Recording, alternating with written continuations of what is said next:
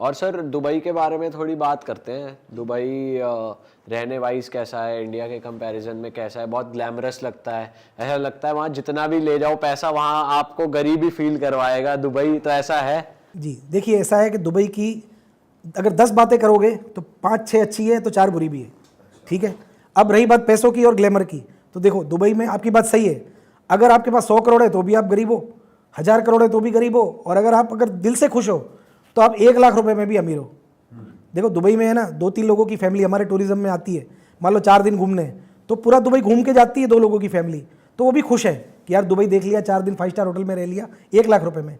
और जिसको संतोष नहीं है वो तो यार मर्सिडीज बेंज चला के भी सोचता है लैम्बोर्गिनी है। अब मेरे पास लैम्बोर्गिनी है, ठीक है, जो इंडिया में कार्तिक आर्यन और मुकेश अंबानी के पास है, ठीक है, फिर भी मैं ना अगर देखूंगा ना वहाँ पे सोने की मैकलैरेन चल रही है मेरे बाजू में, रियल गोल्ड की, तो मुझे लगता है यार, अगर मैं ये सोचूंगा, मुझे तो नहीं लगता है, मैं तो मारुति में भी उतना ही खुश था जितना लैम्बोर्गिनी में हूँ, क्योंकि मेरे पापा ने मुझे यही सिखाया है कि हमेशा अपने से नीचे वाले को देखो। तो मैं पूरी दुनिया को यही बोलूँगा कि अगर आपके पास 3 लाख की कार है ना तो नीचे वाले को देखो, कार नहीं है तो बाइक वाले को देखो, और बाइक नहीं है ना पैदल चल रहे हो तो ये देखो कि व्हीलचेयर पे कौन है, तो जिंदगी में खुश रहोगे। तो दुबई में यही है, दुबई चलता ही इस मेंटालिटी पे है, आप ऊपर देखो और दुखी होते रहो भाई, कोई एंड ही नहीं है। 3000 का भी जूता है दिरहम में, जो इंडिया के 1 लाख का जूता है, और वहाँ पे मगरमच्छ की स्किन से बना हुआ 1 लाख का भी जूता है, 1 लाख दिरहम 24 लाख रुपए होता है, तो एंड ही नहीं है। घड़ियाँ वहाँ पे आपने देखी, अंबानी की शादी में थी, उसने गिफ्ट में बांट दी 2-2 करोड़ की घड़ियाँ। तो दुबई में तो लोग मतलब ऐसी दुकानें हैं कि जिसके अंदर 10,000 करोड़ की सिर्फ घड़ियाँ रखी है, 10,000 करोड़, जो खालिद करके है, आपने अगर देखा होगा यूट्यूब पे, उसकी दुकान में एक एक घड़ी 100-100 करोड़ की है, 50 करोड़ की है। तो देखो दुबई ऐसी चीज़ है ना कि वहाँ पे गरीब भी ऐसे हैं, अगर आप जाओगे देरा एरिया में, ये पॉडकास्ट रूम है ना, इतने में 20-20 लोग रहते हैं, एसी होता है। दुबई में एक खासियत है कि भिखारी के पास भी एसी है और शेख के पास भी एसी है, वो एक कंपलसरी है, तो वो लेबर के पास भी एसी है, लेकिन उनकी लाइफ देखो, इतने में 4 बेड लगे हैं, 4 लोग सो रहे हैं, 20 लोगों के बीच में एक टॉयलेट है, 12 घंटे उनको धूप में काम करना है। सोचो अभी वहाँ पे 50 डिग्री होगी, तो 50 डिग्री में भी उसको काम करना है, लेबर लाइफ है उसकी, ठीक है। इंडिया में उसको मान लो 10,000 मिल रहे हैं, तो दुबई में उसको 2,000 दिरहम मिलेंगे, 2,500 दिरहम मिलेंगे, खर्चा निकाल के वो महीने का घर पे 30,000 भेज सकता है। 2-3 साल काम करके वो अपने गाँव में जाएगा तो 5-10 लाख बचत होगी, तो वो सेट है अपने गाँव में। छोटे गाँव में तो भाई 10 लाख बड़े आज भी इंडिया में। सर सिंस आप दुबई में इतने सेटल्ड हो, आपका बिजनेस भी, आपने हमने सोशल मीडिया पे ये सुना है कि काफ़ी कंट्री, एशियन कंट्री से काफ़ी गर्ल्स पर्टिकुलरली दुबई शिफ्ट होती हैं फॉर प्रोस्टिट्यूशन, इस टाइप की कुछ प्राइवेट सर्विसेज के लिए। आपने देखा अभी इतना इस लेवल पे चलता है? इसमें क्या है, दुबई एक ऐसा कंट्री है ना जहाँ पे एशियन की कोई बात नहीं है, या इसमें एशियन, इंडियन, पाकिस्तानी की बात ही नहीं है। वहाँ पे दुनिया के हर देश की लड़की होती है, और ऐसा नहीं है कि सारी गलत काम के लिए आती है। वहाँ पे नौकरी करने भी इतने आते हैं, स्पा में काम करने भी आते हैं, वहाँ पे क्लब में काम करने के लिए, आज हमारे भी क्लब है तो हमारे क्लब में भी लेडी स्टाफ होता है, मैनेजर होते हैं, सुपरवाइजर होते हैं, आर्टिस्ट होता है। लेकिन वहाँ का जो एक सिस्टम है ना, वो बहुत ही क्लीन सिस्टम है। क्लीन सिस्टम क्यों है कि आपके पास जब भी कोई आएगा, पहले तो आपको देखो उसके टिकट, वीज़ा, रहने खाने पीने की पूरी गारंटी आपकी होगी। हमारे देशों की तरह नहीं है कि मेरा कोई स्टाफ को कुछ भी हो गया तो मेरी जिम्मेदारी नहीं है। अगर वो आया है तो जाने तक वो हमारी जिम्मेदारी में है, मतलब वो विला पे पूरा ध्यान रखना, अच्छा खाना खिलाना। कभी भी चेकिंग आएगी कि उनके खाने में क्या दे रहे हो, चावल कैसे दे रहे हो, रोटी कैसे दे रहे हो, कोई अनहाइजीनिक नहीं है, किचन पूरा क्लीन चाहिए, चाहे वो आपकी होटल हो चाहे विला हो, ठीक है। और फाइन मारते हैं कैसा, 50,000 दिरहम, यानी 12 लाख 15 लाख, तो हर कोई ध्यान रखता है, कोई 2,000 बचाने का नहीं सोचता है। दूसरा कि आपको उनकी आर्टिस्ट परमिशन डालनी है, यानी अगर वो आपके स्टेज पर बैठी है कोई भी आर्टिस्ट, तो आपको उसकी परमिशन डालनी है, 1200 दिरहम, यानी कि 25,000 रुपये की मंथली परमिशन होती है, बरोबर। उसके बाद प्रॉपर हर गाने पे अगर मान लो है, एक ब्यूटिशियन होती है जो उसको कॉस्ट्यूम से रेडी करेंगे।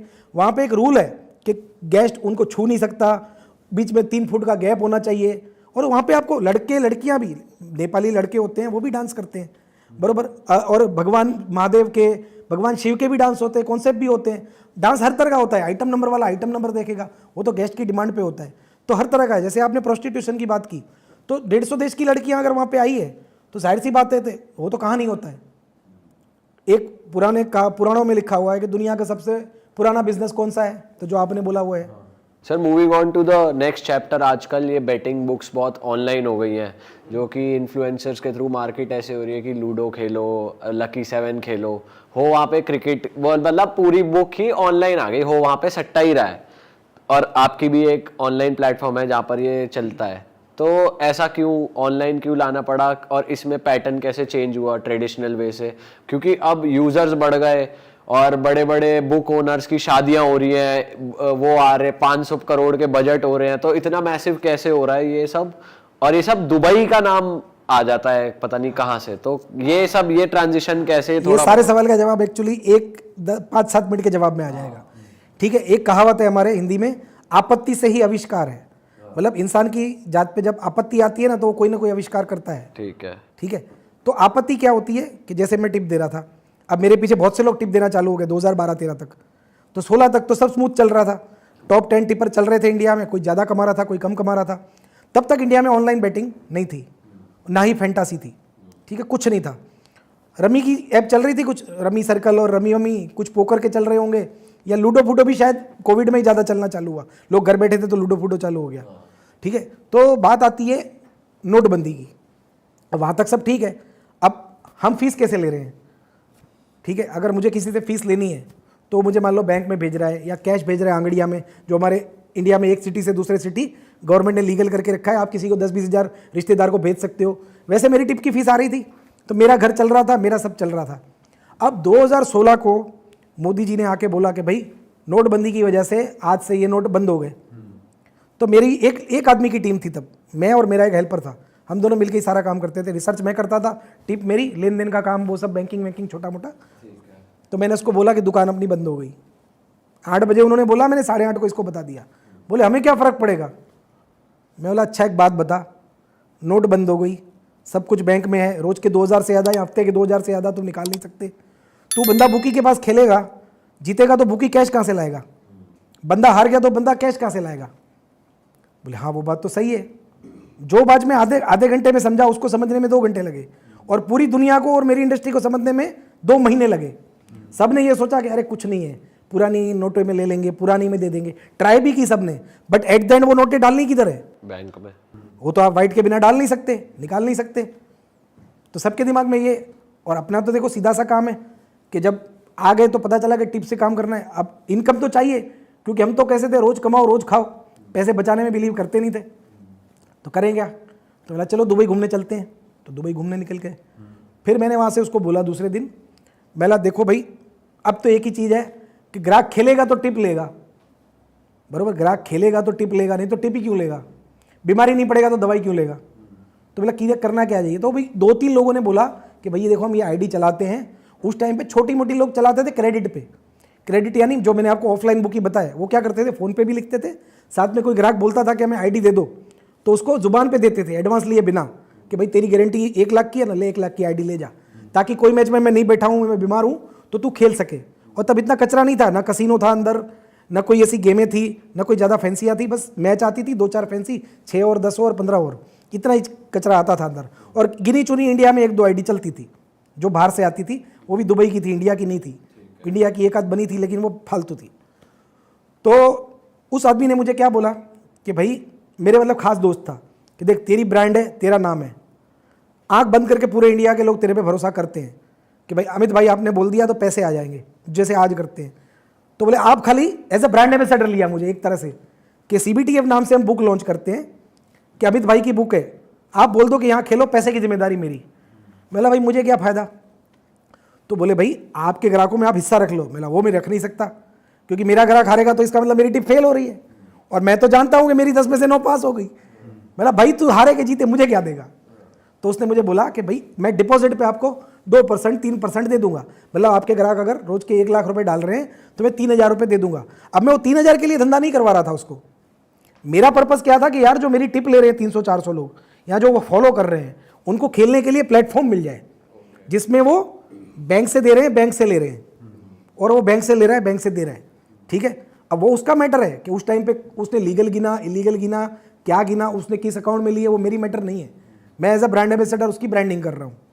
ठीक है, तो मैंने वो चीज़ करके उसका काम कर दिया, और मेरी जुबान पे 30, 40, 50, 100 लोग खेलना चालू हो गए। तो इस तरह से इंडिया की पहली बुक पैदा हुई। ठीक है, जो पहली गेमिंग कंपनी उस टाइम पे पैदा हुई, वो दुबई में हुई थी। मतलब इंडिया से हम निकले, दुबई में रास्ते में फ्लाइट में 2 दिन में हुई पैदा, और 30, 40, 50 लोगों ने खेलना चालू किया। उसके बाद ड्रीम 11, फैंटासी क्रिकेट, ये सब धीरे धीरे आता गया, और मुझे देख के 6-8 महीनों में दूसरे 2-3 लोगों ने ऑनलाइन बुक खोल दी।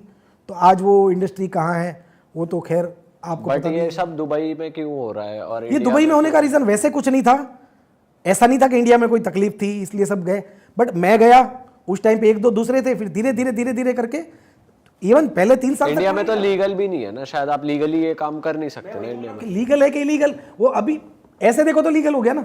क्यों? क्योंकि आपकी अगर जो प्रोबेबिलिटी वाली है उसमें आगे लूडो है, अंदर अगर रन पे खेल रहे हो, टीम पे खेल रहे हो, कल की मैच में इंडिया न्यूजीलैंड का रेट चल रहा था, आप उसमें पैसे लगा रहे हो, तो वो क्या है, उसमें हमारे में फर्क क्या है सर? बट वो फिर प्रमोट तो लूडो, ये तो देसी दारू और विदेशी दारू दोनों शब्द बदल गए बस। शब्द बदल गए, ये देसी दारू है विदेशी दारू है। सर अच्छा, बातों बातों में एक चीज रह गई जो कि बहुत इंटरेस्टिंग है हमारे देश की ऑडियंस के लिए। हम नहीं, वो चीज़ आपकी एक रह गई, एक सेकंड, दुबई वाली एक चीज़ हमारे देश के सारे लोगों को मैं एक मैसेज देना चाहूँगा कि आपके प्लीज़, अगर आपके पास पैसे कम है या मीडियम है, वैसे भी दुबई में आपका कोई काम नहीं है, अगर आपके पास इतने कम पैसे हैं तो आप जॉब कर सकते हो, लेकिन जॉब में आप एक चीज़ समझो कि दिखता है उतना ईजी नहीं है। आपको मॉल दिख रहे हैं, रंगीली रातें दिख रही है, एसी दिख रहा है, लेकिन ये नहीं दिख रहा है कि बाहर धूप कितनी है, वहाँ का पानी कैसा है, या आप वहाँ पे सर्वाइव कर पाओगे कि नहीं, वहाँ का मेडिकल कितना महंगा है। आपको एक बार अगर बुखार भी आ गया तो 1 महीने की सैलरी आपकी चली जाएगी, और आपको बुखार वहाँ पे हर 3 महीने में आएगा ही, क्योंकि वहाँ का वेदर ऐसा है। लाइक आर्टिफिशियल रेन होगी तब आप बीमार पड़ोगे, हर 2-3 महीने में बीमार पड़ना लाजमी है, आपके बाल झड़ेंगे।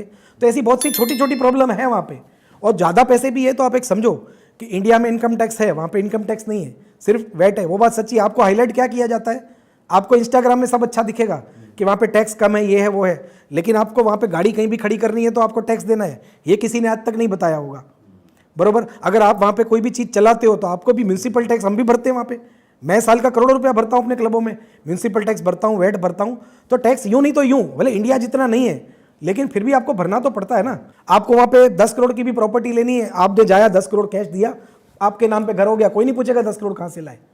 तो एक तरह से वो एक जिसके पास ब्लैक मनी है उसको वो लोग अट्रैक्ट कर रहे हैं, और अच्छी बात है, उनके देश के लिए अच्छी है। बट कब रूल चेंज हो जाए कुछ नहीं कह सकते। वो तो देखो भाई, मैं क्या बोल रहा हूँ, आप शेर पे सवारी कर रहे हो, जिस दिन उतरोगे शेर खा जाएगा। इसमें सब आप ये कहना चाह रहे हैं कि दुबई में सेटल ना हो, एक इंडियन बंदा जाकर सेटल हो? नहीं, सेटल हो, मैं तो बोलता हूँ हर देश में हो, बट अगर आप बेटर लाइफ ही चाहते हो, कि अगर आप इंडिया के पॉल्यूशन से तंग हो, वहाँ की टूटी हुई सड़कों से तंग हो, और आप समझ चुके हो कि अब कुछ होना नहीं है ज़्यादा टैक्स भरने के बाद भी, तो अब यूरोप में शिफ्ट हो जाओ, कुछ ठंडे देशों में चले जाओ। सही बात।